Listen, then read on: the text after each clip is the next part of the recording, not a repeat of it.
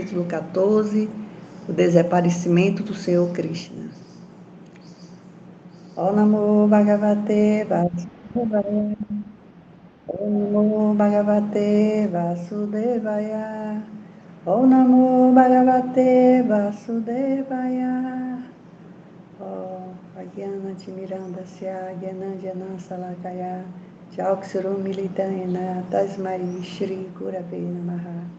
Hare Krishna, Krishna Krishna, Hare Hare, Hare Rama, Rama Rama, Hare Hare.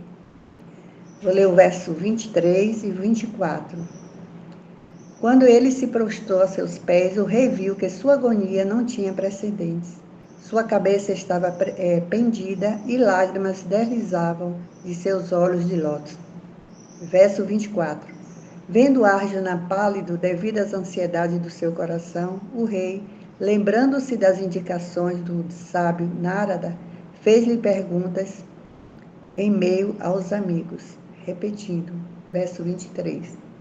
Quando ele se prostrou a seus pés, o rei viu que sua agonia não tinha precedentes. Sua cabeça estava pendida e lágrimas deslizavam de seus olhos de lótus. Verso 24. Vendo Arjuna pálido, devido às ansiedades do seu coração, o rei, lembrando-se das indicações do sábio Narada, fez-lhe perguntas em meio aos amigos. Hare Krishna, gratidão pela oportunidade.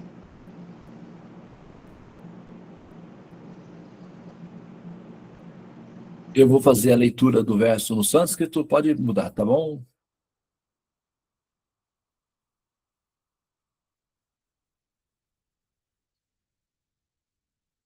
Então, lendo do Srimad Bhagavatam, canto 1, capítulo 14, versos 23 e 24, o desaparecimento do Senhor Krishna.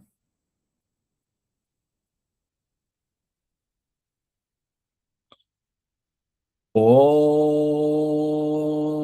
Tan Padayo Nipachitan Ayata Puryan Atsuran Adhovadanan Abhijin Krijanta Nayanat Vijaya. Om.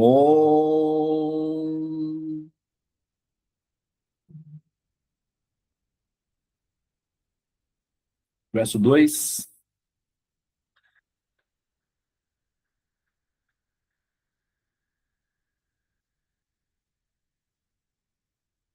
Verso 24. Om Vilokyo Dvigna Ridhayo Vichayan Anujan Nripap Prichhati Smat Sturing Madhye Samsmaranadhiritam. Om Hagyana Chimirandasya Gyananjana Shalakaya Chakshurun Militanina Tasmai Shri Gurave Namaha. Om Hare Krishna, Krishna Krishna, Hare Hare, Hare Rama, Rama Rama, Hare Hare.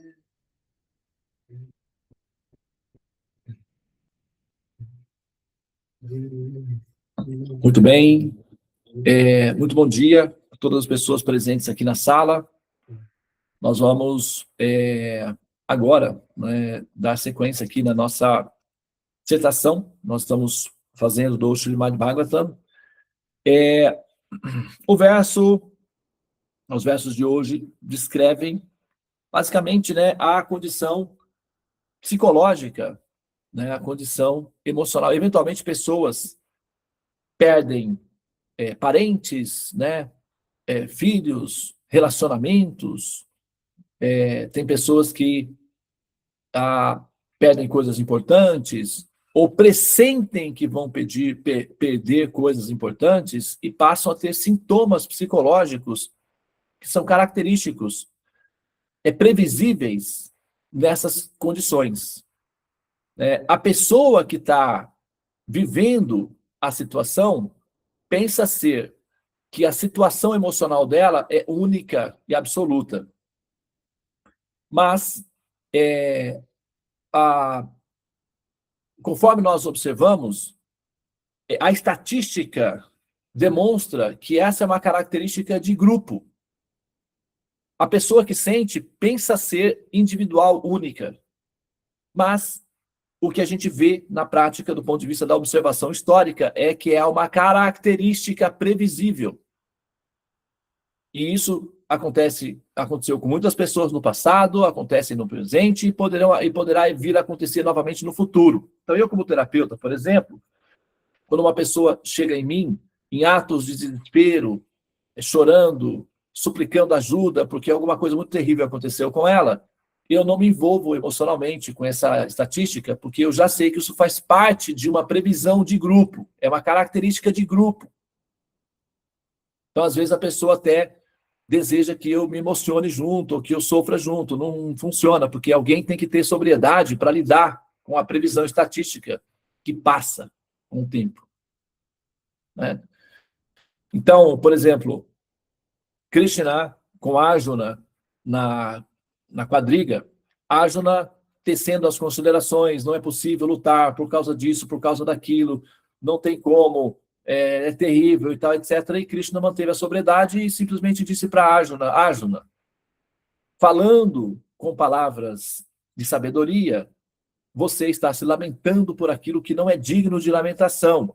Então você está se fazendo passar por uma pessoa sábia, quando na verdade você está apenas viabilizando os seus processos psicológicos locais, particulares, seus, como sendo uma realidade absoluta. Não vai rolar comigo. Você vai precisar pensar diferente para a gente ter um diálogo competente ou um diálogo coerente. Porque o seu diálogo é emocional. A minha função aqui é racional, é te orientar. São mundos diferentes. Agora, dos mundos, o meu é mais seguro. O seu é temporário e caótico. Então, não tente me colocar no seu mundo. Saia do seu mundo e entre no meu, para você ter sobriedade. É assim que eu me posiciono com os meus alunos e pacientes. Quem é meu aluno e paciente, e já passou por isso, sabe que funciona. Porque depois que eles conseguem superar a força emocional, do caos emocional, em que o vórtice das situações emocionais em que eles se envolvem passa, eles sentem paz de espírito e alívio dos sofrimentos por conta dos conhecimentos. Os conhecimentos são libertadores. Se não fosse assim, então Jesus teria mentido. Das duas, uma, ou Jesus falou a verdade, ou falou a mentira. De repente, ele só queria criar uma religião, talvez. Ou não. Ou ele sabia o que estava falando e falou com propriedade. O que ele disse? Conhecereis a verdade. Tu conhecerás a verdade. Busca a verdade, se interesse pela verdade, pelo conhecimento. E a verdade, que é o conhecimento, vos libertará. Ele poderia ter dito também, reza. Tu rezes, rezes, rezes, e a reza te libertará. Não foi isso. Ele disse, busque a verdade, conhecereis a verdade, e a verdade, o conhecimento é o libertador. As orações são fundamentais para o desenvolvimento da maturação da nossa relação com Deus. Mas elas não são absolutas.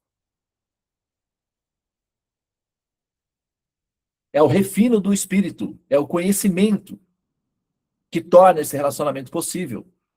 Porque como é que você reza para uma pessoa que, no fundo, você desconfia que ela é incompetente? Eu, como pessoa, sinto quando uma pessoa está tentando me enrolar, me ludibriar, me elogiar, e no fundo, ela me critica pelas costas ou tem dúvidas a respeito da minha capacidade. Me incomoda. A gente finge que não sabe de nada. Mas a gente sabe. Então, quando você chega a Deus e reza, e o seu coração está cheio de críticas e acusações contra ele sabe. Ele só finge que não sabe. Mas não é confortável, não é agradável. A gente olha para a pessoa assim e sente um certo, vamos dizer assim, não é nojo, é aversão, não é aversão, é asco, sabe gastura? Você sabe o que é gastura? O pessoal tem gastura, né? Dá uma gastura de olhar para a pessoa assim, dá um certo mal-estar. Não é confortável lidar com uma pessoa assim, dúplice, enganadora, que acha que nós somos, sim, disponíveis para os comportamentos dúplice delas.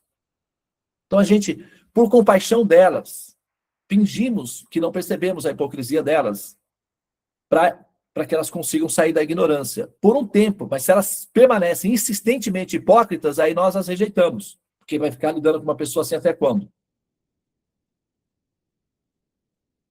Quando Jesus, por exemplo, disse: muitos serão escolhidos, muitos serão chamados e poucos serão escolhidos. Naquele dia, pode ser que alguns de vocês cheguem a mim e digam: Senhor, eis-me aqui, Senhor. E eu direi: quem és tu? Mas, Senhor, tu não me conheces? Por coincidência, me ajude, refresca a minha memória. Quem és tu? Senhor, eu sou aquele que rezou no teu nome, que fez milagre no teu nome, que construiu e fez e aconteceu no teu nome. E eu direi: infelizmente, não te conheço. Eu não sei o que foi que aconteceu comigo, mas eu não te conheço. Será que eu estou com problemas psicológicos, pessoais, de não conseguir reconhecer você? Eu vou precisar de tempo e terapia para poder me lembrar. Por enquanto, aguarde do lado de fora, por gentileza, até eu me recordar de quem você é.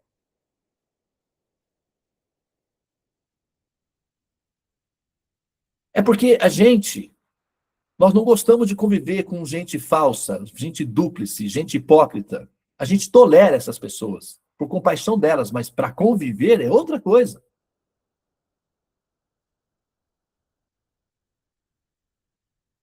Por exemplo, quando Jesus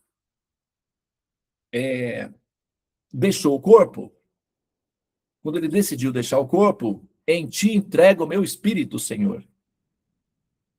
Ele foi para o retiro dele de 3 dias, ascendeu aos céus, voltou ao lar, voltou ao Supremo e voltou para fazer o resgate dos amigos.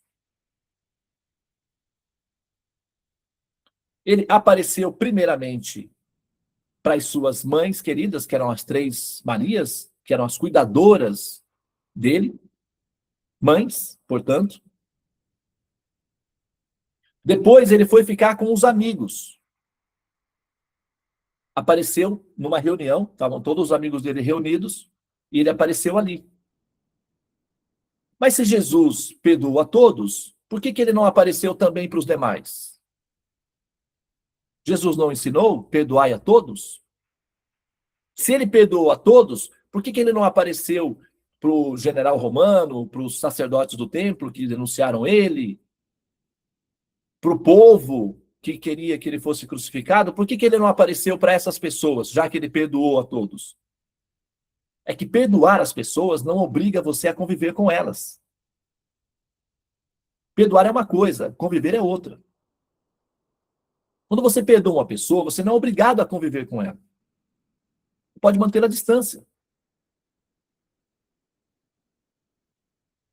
Perdoar não é sinônimo de convivência. Deus pode nos perdoar, mas ele não é obrigado a conviver conosco.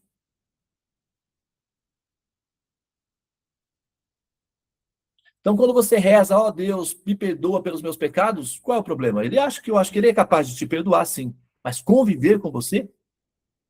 O fato de ele te perdoar automaticamente o obriga a conviver com você? Conosco? Não. Absolutamente não. Nós convivemos com pessoas queridas. Pessoas que nos conquistam o coração.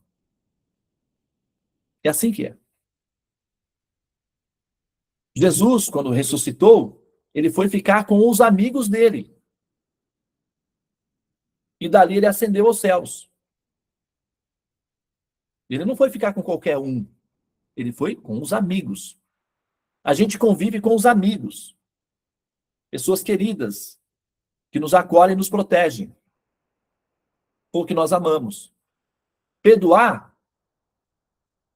Eu posso perdoar as pessoas, os seres humanos, por suas falhas, mas não necessariamente isso me obriga a conviver com eles. Eu posso dar compaixão a eles, alimentá-los, nutri-los, curá-los, mas conviver com eles, isso nem Deus me obriga a fazê-lo, porque nem o próprio Jesus o fez, nem Deus faz.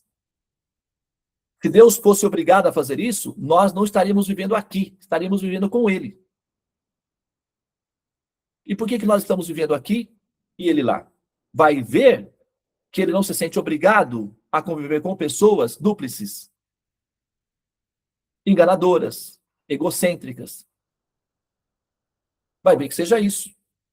Pode ser que sim. É uma boa tese.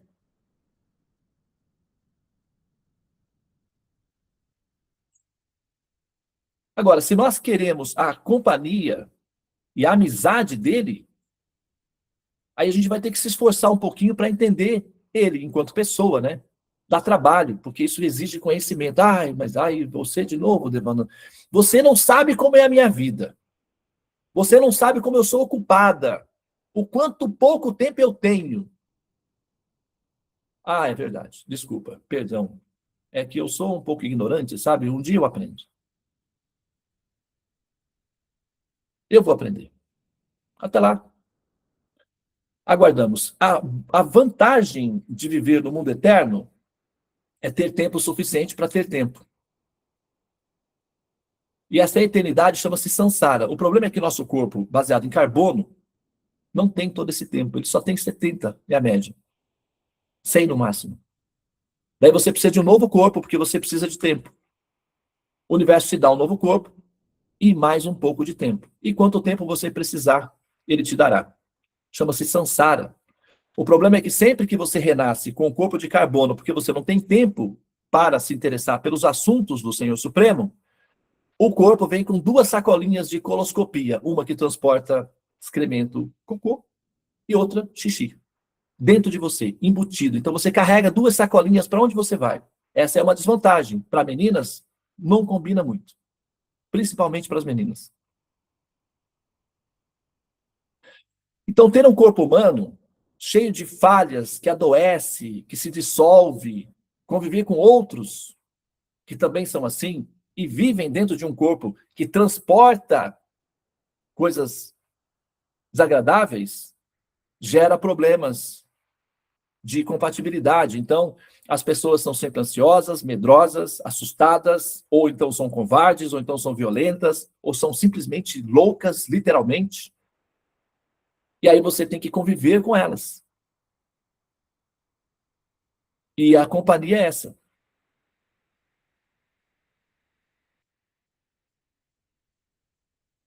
Daí é o que nós temos que saber se é o que a gente quer, né? De repente é isso.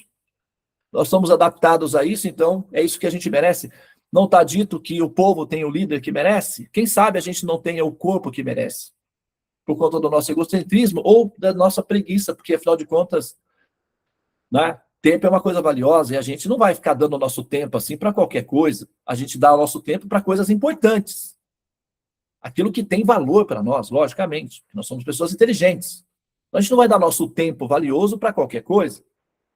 E, de repente, Deus é uma dessas coisas que a gente usa quando precisa.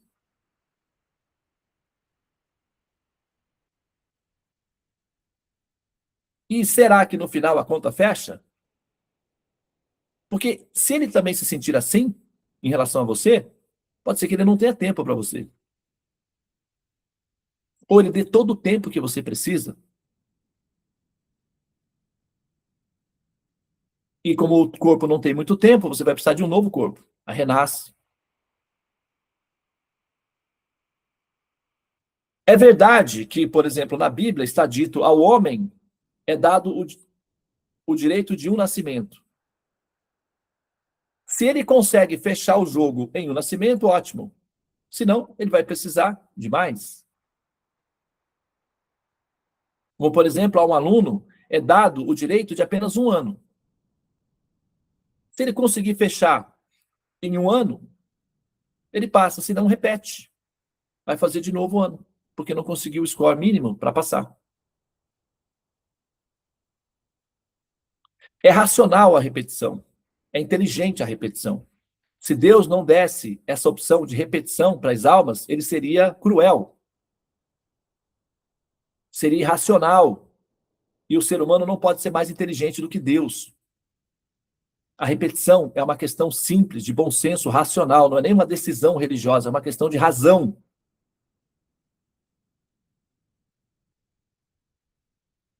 Né? Olha só os versos. Quando ele se prostrou a seus pés, o rei viu que sua agonia não tinha precedentes. Sua cabeça estava pendida e lágrimas deslizavam de seus olhos. Vendo Arjuna pálido devido à ansiedade de seu coração, o rei, lembrando-se das indicações do sábio Narada, fez-lhes as seguintes perguntas. Numa situação assim, em que a pessoa está desamparada, se sentindo desamparada, triste, porque perdeu alguma coisa importante, no segundo verso, olha só, lembrando-se das indicações do sábio Narada, fez-lhe perguntas em meio aos amigos. Amigos. Tá? Então, numa situação de aflição, se nós não fazemos amizade com os sábios, se nós não cultivamos amizade com os conhecimentos, na hora da aflição você vai buscar o quê? Quem? Aí você busca Deus desesperadamente. Ó, meu Senhor, você que está aí, está vendo tudo e fica aí parado. Vem, me ajuda. Me socorre. No ato de desespero. Deus, que não é bobo nem nada, sabe que você está jogando um jogo egocêntrico em que ele é um brinquedo nas suas mãos, que você se interessa por ele na hora que você precisa somente. Ele sabe que você é uma pessoa narcisista. Diz, fala, minha filhinha querida, o que que você quer? Não, por causa disso, daquilo, tá bom. Vamos ver o que... Entende?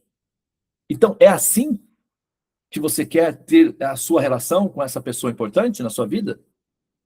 Em atos de desesperos? Não, mas Devananda, eu rezo todo dia. Então é isso.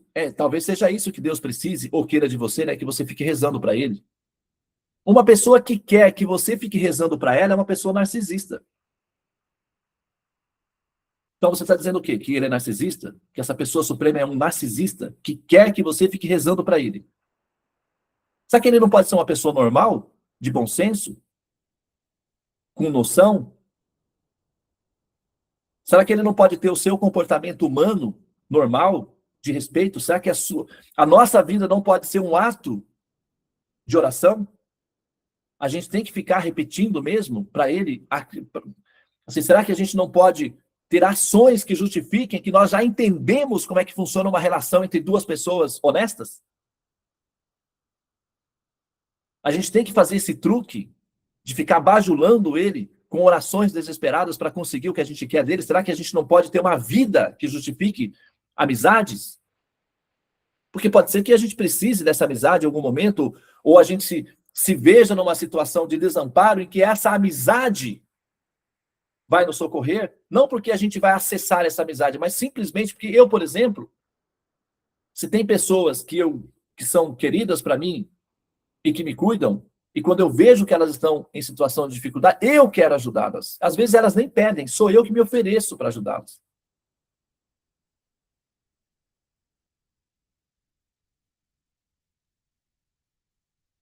Entende?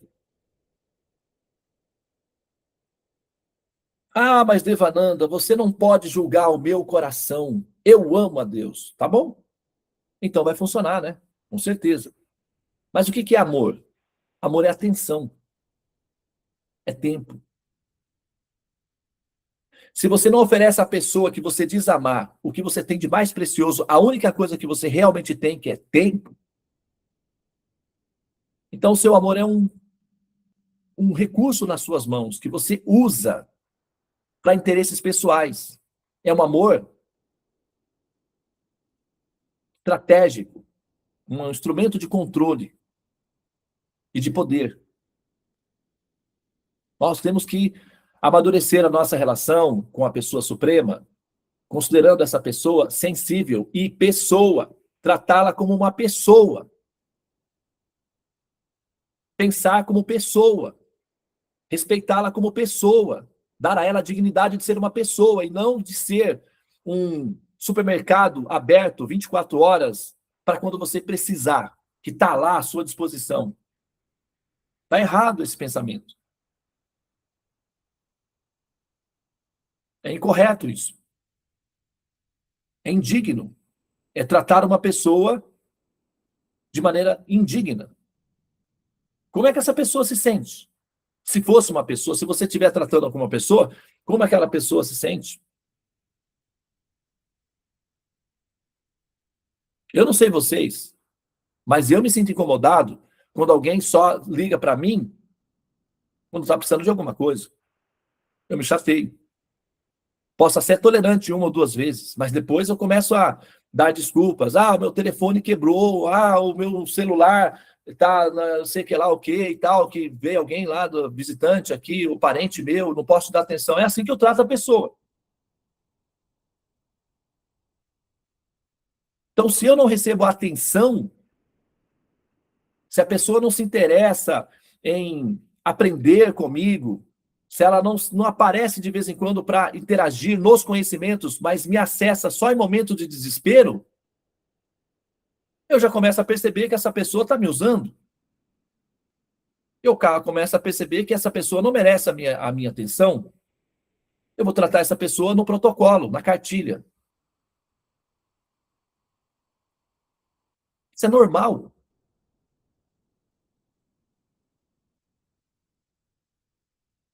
E Deus é uma pessoa normal. Ele não é uma pessoa carente, que necessita do nosso amor. Ele é uma pessoa, como eu sou, eu acredito que ele é uma pessoa que vai um pouco além por ser uma pessoa, mas também uma pessoa. Eu, por exemplo, eu não sou carente de amor. Eu não tenho carência de amor. Eu não me sinto na obrigação de amar ninguém. Nem meus filhos, nem minha esposa, nem meus alunos, meus amigos. Eu não me sinto obrigado a amar ninguém. Mas eu gosto de amar, porque amar é bom. É uma coisa gostosa. Mas eu posso conviver comigo mesmo. Eu posso estar sozinho comigo mesmo e viver bem comigo. Porque eu tenho reserva de amor para consumi-la enquanto eu andar por aí. Entretanto, amar é bom, amar é gostoso, nos enriquece, nos perfuma, nos purifica. Amar é bom. Mas eu não sou carente de amor. Eu sou capaz de assim me desinteressar por uma pessoa que não me dá atenção, que me trata como se eu fosse um objeto dela. Eu sou capaz de dispensar uma pessoa. E ainda assim continuar vivendo bem. Porque eu não sou carente de amor. Eu não faço o trabalho que eu faço para ser popular, para ter discípulos que, em tese, me amam. Para que isso? Eu vou ganhar o quê com isso? Carregar um peso nas minhas costas? Amar é bom. Carência de amor não é bom. Deus pode nos amar, não por obrigação. Porque Deus tem obrigação de nos amar? Você tem que me amar. Quem disse isso? Que Deus é obrigado a nos amar. Ele não tem obrigação nenhuma de nos amar. Só porque você gerou um filho, você já é obrigado a amar esse filho? E se esse filho for um crápula, perverso, tirânico, uma pessoa cruel, malvada, você é obrigado a amar só porque você é mãe? Só porque você é pai? De jeito nenhum. Ninguém tem obrigação de amar ninguém. Deus não tem obrigação de nos amar só porque ele nos criou. O amor é uma conquista. Amar é bom. Carência de amor é narcisismo. Deus não é narcisista. Ele não tem carência de amor. É que ele gosta de amar. É diferente. E amar é uma conquista. E amar é dar atenção. E atenção é amor.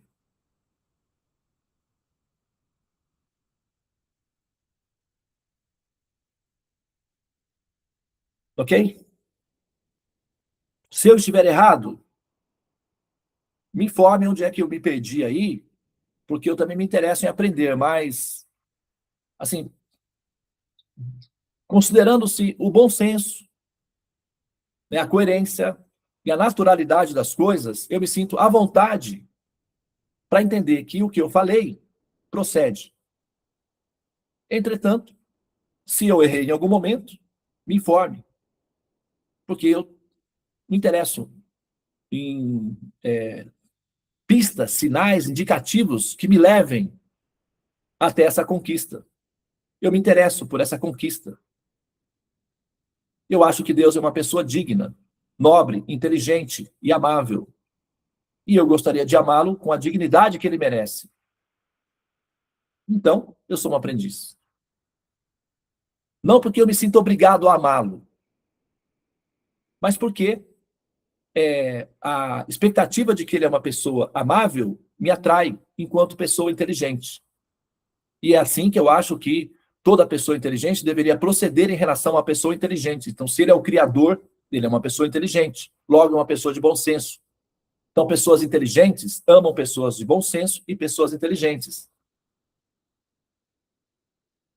E a pessoa suprema, o Senhor Supremo, merece pelo menos a prerrogativa de que ele é uma pessoa de bom senso e com dignidade. Então, é assim que nós devemos tratá-lo, para receber um tratamento equivalente da parte dele. E isso é simplesmente normal. Não estou falando nada diferente, nada especial.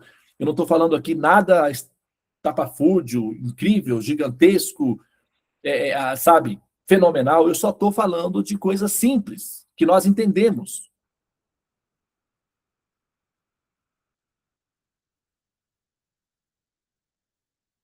Só que de vez em quando a gente precisa ouvir, né?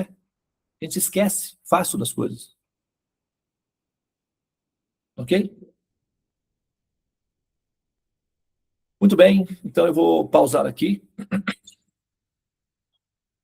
Muito obrigado pela atenção de vocês. Namastê. Hare Krishna, Krishna Krishna, Hare Hare, Hare Rama, Rama Rama, Hare Hare.